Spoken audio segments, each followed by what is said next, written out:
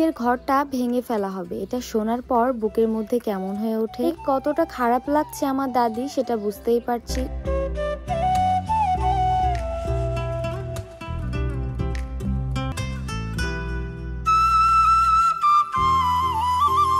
আসসালামু আলাইকুম, সবাই কেমন আছেন? এই যে ঘরটা দেখতে পাচ্ছেন, মাটির একটা ঘর, এটা আমার দাদি শাশুড়ির ঘর, মানে দাদা শ্বশুর এই ঘরটাই করে দিয়ে গিয়েছিল। তারপর থেকে সে এই ঘর থেকে কখনোই যেতে চায় না, বলে আমি শেষ নিঃশ্বাস পর্যন্ত এই ঘরটাতেই থাকবো। আমরাও আর জোর করি না, তাকে এই ঘরটাতে রেখে শান্তি অনুভব করি। ঈদের সময় বা যে কোনো ওকেশন আসলে কিন্তু আমার দাদি এই মাটির ঘরটা সুন্দর করে লেপে পুছে রাখে। দাদি যেহেতু বড় আব্বুদের কাছে থাকে, তাই বড় আব্বু এইবার বাড়ি করা শুরু করবে, এই ঘরটা ভাঙা পড়ে যাবে। সেটা শোনার পর থেকে দাদির মনটা অনেক খারাপ, বলতেছে এই ঘরটা নাকি আর থাকবে না। আমি যাওয়ার পর থেকে খুব মনোযোগ দিয়ে দেখছিলাম যে কিভাবে সে এই মাটির ঘরটা চকচকে করে ফেলে। মাটির জিনিস এইরকম করাকে আমরা ল্যাপা বলে থাকি, তবে দাদিরা নুড়ি দেওয়া বলে থাকে। আমি তাই খুব মনোযোগ দিয়ে দেখতেছি আর শিখতেছি যে এটা কিভাবে করে। সামনে গিয়ে যখন বসেছিলাম তখন গল্প করতে করতে দাদি আমাকে বলছে, তুই তো আমাকে একটু কাজে হেল্প করতে পারিস মাটি ল্যাপাতে। আমার দাদি শাশুড়ি তার ঘর ঈদের সময় চকচকা করতেছে,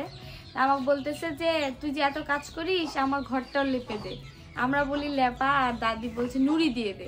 তো ভাবলাম নুড়ি যখন দিব তখন তো এই পোশাক পরে হবে না, দাদির একটা শাড়ি পরা লাগবে, তাই দাদির শাড়ি পরে তারপর নুড়ি দিব। তো আমিও বললাম যে এইভাবে তো লেপলে ভালো লাগবে না, আমাকে একটা শাড়ি পরতে হবে, একটা পুরান শাড়ি দেন। আমাকে দাদি বললো, পুরান শাড়ি পরে কি করবি, আমার অনেক নতুন শাড়ি আছে, একটা নতুন শাড়ি পরিয়ে দিই। তবে আমি তো ছাড়ছি না, আমি বলেছি আপনার একটা পুরান শাড়ি পরবো, যাতে করে কাদা যদি নাড়ি তাহলে নোংরা হলেও কোনো ক্ষতি নাই, তাই পুরান শাড়ি পরতে চাইছি। এখন দাদির মতো সাপটা দিয়ে শাড়ি তো আমি পরতে পারি না, তাই দাদিকে বললাম, দাদি আপনি আমাকে পরাই দেন আপনার মতো করে। আমি যখনই নওগাঁয়ের গ্রামের বাসায় আসি তখনই দাদি শাশুড়ির সাথে খুব মজা করি। সেই মানুষটার বয়স হয়ে গেছে, এখন সে একদম বাচ্চাদের মতো হয়ে গেছে। আমি যে আনন্দগুলো করি তার নাকি অনেক ভালো লাগে, আমাকে বলে তুই আসলে আমার খুব ভালো লাগে, খুব ভালো সময় যায়। তাই আমিও প্রায় গ্রামে আসলে দাদির সাথে সময় কাটাই। আমাকে দেখতে একদম বুড়া মানুষের মতো লাগছে তাই না? মানে আমার যখন বয়স হয়ে যাবে তখন মনে হয় ঠিক আমি এইরকমই শাড়িগুলো পরবো আর এইরকমই হয়ে যাব। দাদি আমাকে দেখে তো খুব হাসাহাসি করতেছিল। যাই হোক, শুরু করে দিলাম মাটির কাজ। এখানে যেহেতু মাটি দিয়ে লেপতে হবে, মাটির বাড়ি লেপা বা চুলা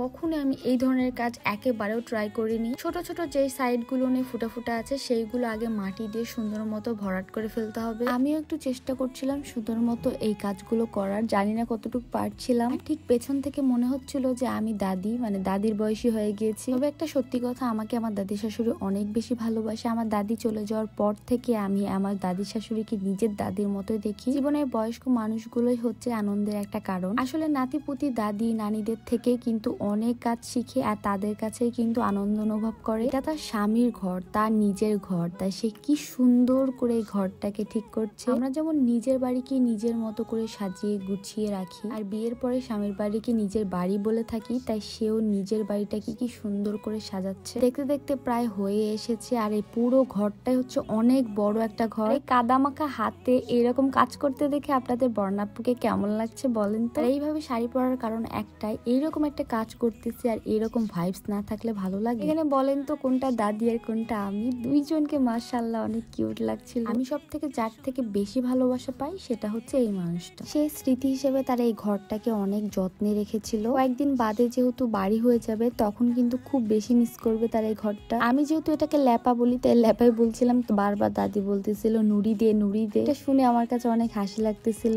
আর সব সময় কাজ কামের মধ্যে আমার একটু মজা থাকবে, তাই আমি একটু হাতে করে এরকম ছাপ দিচ্ছিলাম। এক এক করে আমরা সবাই ছাপ দিচ্ছিলাম, মজা লাগছিল দেখতে। আমি পারি না এমন কোনো কাজ নাই, দাদিকেও বলেছিলাম আমরা তিনজন একসাথে ছাপ দিব। তারপরে দেখেন তিনজনই দিয়েছি, আমার ননদ, দাদি শাশুড়ি আর আমি মিলে। গ্রামের এই ঐতিহ্যবাহী জিনিসগুলো ধরে রেখেছে এখনো অনেক মানুষ। ভিডিওটা কেমন লাগেছে অবশ্যই কমেন্ট করে যাবেন। দেখা যাবে নেক্সট ভিডিওতে। আল্লাহ হাফেজ।